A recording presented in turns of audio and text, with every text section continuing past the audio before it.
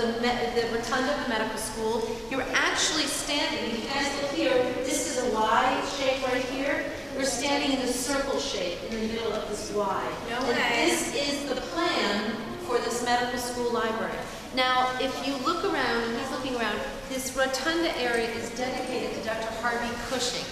And Dr. Cushing is considered the father of neurosurgery, and it's his collection that we'll be looking at downstairs when we go down to the Cushing Center and the brain tumor registry area. But the other thing that Cushing collected, besides basically mapping the brain and really teaching us a lot about neurosurgery, is he collected rare books. And he collected thousands of rare books about medical illustrations and science and math. And what he decided to do when he was older, he was an undergraduate here at Yale. When he retired, he came back to New Haven. I'll step back to this. Yeah, forgive us. He retired, he came back to New Haven, and he brought his beautiful book collection with him. He also brought the brain collection back, and he decided to offer the medical school his collection of rare books if they would build a library that would be dedicated to historical books. So the design was made, and this is where we are.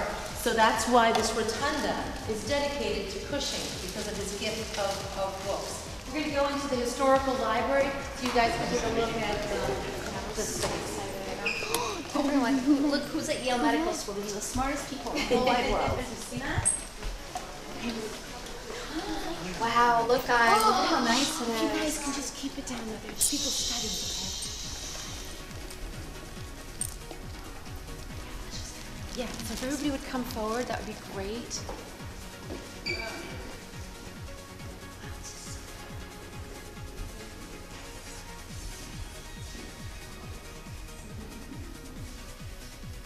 So we are standing in what is known as the historical library. You're going to need the side So originally the rare books of Dr. Harvey Cushing and two of his colleagues, Arnold Klebs and John Fulton, who were also physicians, the three of them put their books together, gave them to Yale, and then they dedicated this space for the housing of the rare books. Now, over the years, the books have become too precious and really too valuable to be left out in the open. So now they're in what we call our lock stacks. You can still access them as medical students or other researchers, but we just have this place as a special place. There are books that you can still take out, but we use this a lot for award ceremonies or special occasions. And that's become known as a publication called the Fabrica. Now, the Fabrica is a beautifully illustrated book of the complete dissection from a full figure down to the bones. And what was important about that book is it was knowledge. Prior to that, there was a lot of books about anatomy, but they were based on that information that was kind of carried through and shared and copied. So Vesalius wanted to make sure that we knew the correct information, so he did his own autopsies, dissections, and then illustrated this book, famous book. So Harvey Cushing, the person I was telling you about in the library shield. So Harvey Cushing is considered the father of neurosurgery. And he was an undergraduate here at Yale, then he went to Harvard for medical school, Hopkins to begin his surgical career, and then back to Boston. So what he did, along with, yeah, it's going to be tricky. So he, there's another stairway, sorry, down the other way, sorry. Okay, so Harvey Cushing, in learning, in being the founder of neurosurgery, one of the things he had to do is discover each step of the way what's going to make a better outcome. And unfortunately, when he started doing brain surgery, the outcome was usually pretty bad for people. About 85% chance that you were going to bleed to death just to be opened. Now Cushing, within about 25, 30 years, he flipped that on its, flipped it around. So now you had about 85 or higher chance to survive. But along the way, he removed tumors and he analyzed them. When people died, he took out their brains and he sliced them and he looked at them. And all of this was to create a teaching tool. I know it sounds scary to take. They made sure that they were gone before they took out their brains. So then they put them into jars, they analyzed the tumors, they took photographs of the patients. We have about 650 jars of specimens. We have about 10,000 photographs. This is actually a picture of Harvey Cushing with one of his patients. Now, any of you guys interested in medicine, thinking about about medicine? Great, okay. Well, you will definitely hear about this guy in your lifetime. So what he's realizing is this young man is extremely tall. He's about 7'1". This is in the 1920s. So he's extremely tall for that age, and they're trying to figure out what's causing it. And Cushing realizes that there are these tumors. There's a pituitary gland that's sort of way in the back of your head, and it affects your growth hormones. And so he starts to understand that certain tumors were making these growth hormones come out in sort of extreme ways. So this young man turned out to be having what they call gigantism. When we go down the steps, you'll pass a skeleton. This is another person who suffered from pituitary gland, but in this case, it has to do with, it's called acromegalia or acromegalic. So with this young man, he was a normal height until maybe in his early 20s, and then something happened to his pituitary, and the growth hormones kicked back on. He continued to grow, but in very odd and extreme ways. Long jaws, huge hands. Again, it was something Cushing was very interested in.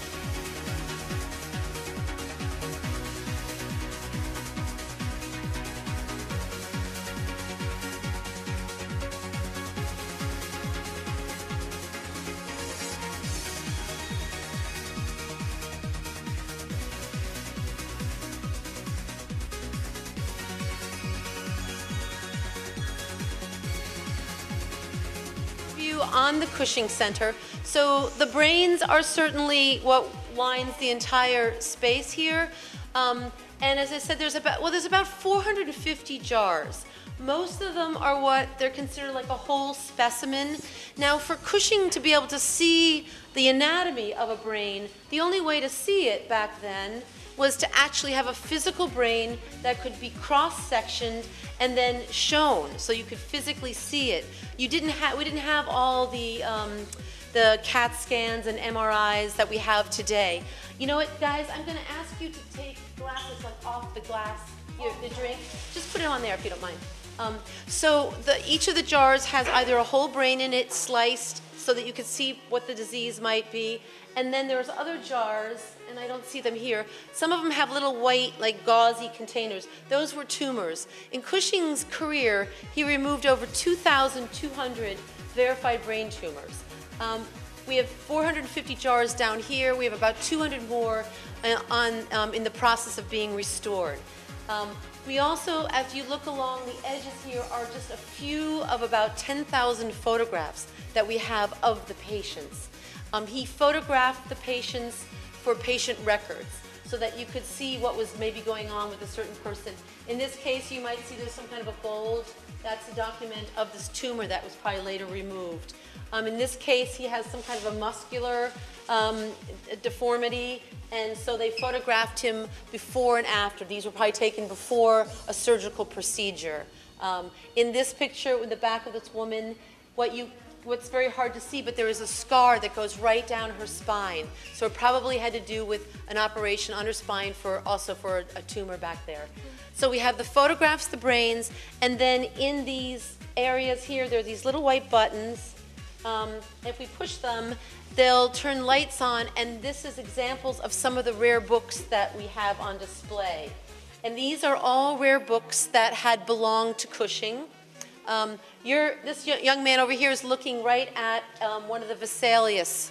So if you look over here, there's an illustration of a man, and you can see how it's a figure, but it's not your normal picture of a man. It shows how you start to dissect that person, and you can remove the muscles and that sort of thing. Next to there is, anybody ever heard of Copernicus or Isaac Newton in any of your readings? So we have a book that's published. It's the writings of Isaac Newton over here, and this book is the writings of Copernicus. So there's science and medicine represented in this collection. Then we have these discovery drawers. Let's see, let me pull this. So we have 22 discovery drawers. So if you open these up slowly and gently, you'll find things like, sometimes it's stationary, sometimes it's fetal skulls, sometimes it's histology-related materials. So these are different collections that are part of the library and part of medical history here. So you're welcome to open and close. We have really cool, yes, everything, all the anatomical materials in here are actually real. The skulls are all real, yes. It was a collection of skulls that were collected many years, probably over 100 years ago, and they were used to study the anatomy of the fetal skull. So before we had all the imaging that we have now to look inside of things, the only way to see something was to physically see those objects. So this other section over here is more biographical materials. We have a coat that he wore when he was at the Brigham in Boston, a mold of his hand. We have a great shot of him doing something a little bit. Anybody do aerobics or, what's the word? Acrobatic stuff, yes. Well, see, this you'd appreciate. He's doing a backflip off of a little stoop on the Yale campus. He was athletic. He was a baseball player as well. Very talented young man. He was not the best student when he was at Yale, but he proved to be an extremely hardworking, very diligent student by the time he got to Harvard. That's where he went to medical school. And he used his drawing, his writing, he photographed, and he kept track of everything, whether journals or scientific studies. So we have a number of his journals on display as well, and some other artifacts. In this case, you can read a little bit about his family and some of his friends. And then this last section is over here. And in here we have photographs of, this is the front plate of, we're back to Vesalius. This is the front plate of Vesalius's book on anatomy, and you can see that he's very involved. The fact that a doctor was touching a patient back in the 1540s was a little bit revolutionary. Before that, a lot of times doctors and barbers and surgeons were like a different guild. So by the time he was working on patients, he felt the need to be physically in touch with his patients. And in this case, it's not a patient. This person is very dead, and they're doing a dissection on him. So, and this is Cushing in the 20s in an operating room. Yes, this is a very weird thing to imagine this being an operating room today, because back then they had open windows to bring in fresh air, and sometimes people forgot that they're supposed to keep the masks over their noses, but people came from all over the world to study from Cushing, so we had to set up like a little area that they could watch him. That's why we have the sort of term operating theater at this point. And then we have samples of his drawings. These are just a few of his drawings from his notebooks. He was very talented and would often draw when he traveled. Here he is in his uniform. Twice he went during World War I, he went over to Europe to work as a surgeon in one of the Harvard medical units to do surgery on the soldiers. This is also one of Cushing's drawings, as well as this one. Now, just so you know, these are copies of the originals. So the copies are much smaller, and then we made them we enlarged them for the exhibiting in this space, but to give you an idea of his skill.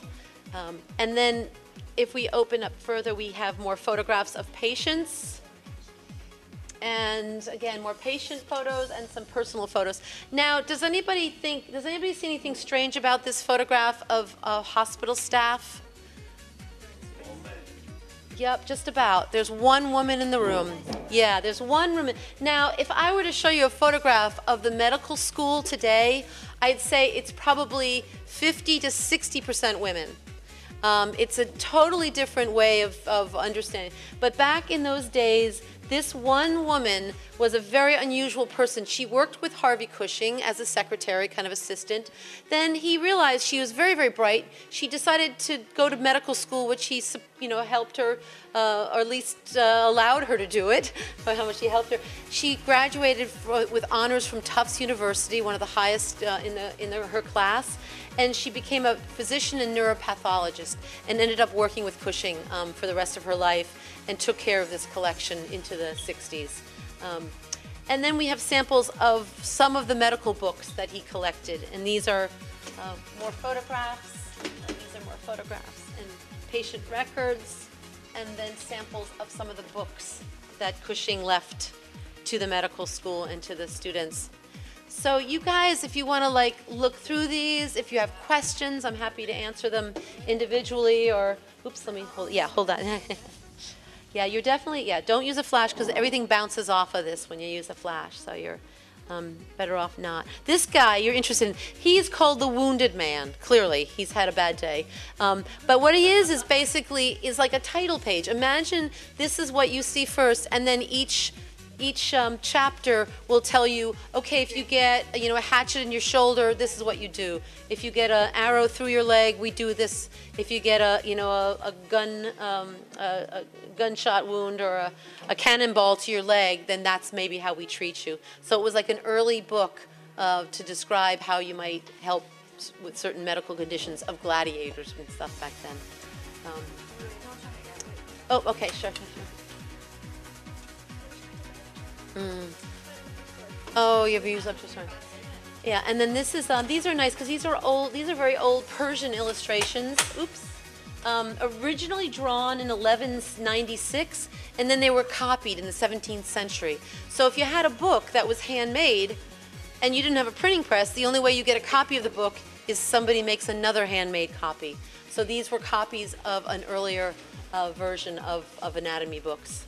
So you see, we've come a long way between understanding anatomy this way, and then when you look at Vesalius, how much more was understood.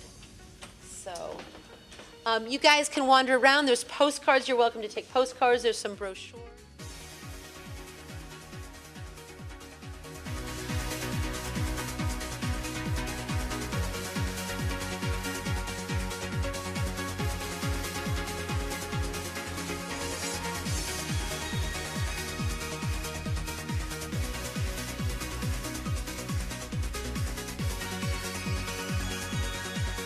Was what I thought about Yale. I was very impressed. It was very neat, very clean, very well organized. People were very friendly. And again, we learned some new ways of doing things as opposed to doing the way things are done in New York. Overall, it was a very nice experience. Thank you. Well, I can say it was a very pleasant experience. It was a very pleasant experience. The tour was very nice. The tour guide, she gave us a little insight on what she experienced at Yale, and it opened my eyes. Think you might be going here? I don't think so, because I want to get into computer science, and since Yale specializes in medical school and law school, I don't think that would be the place for me to go.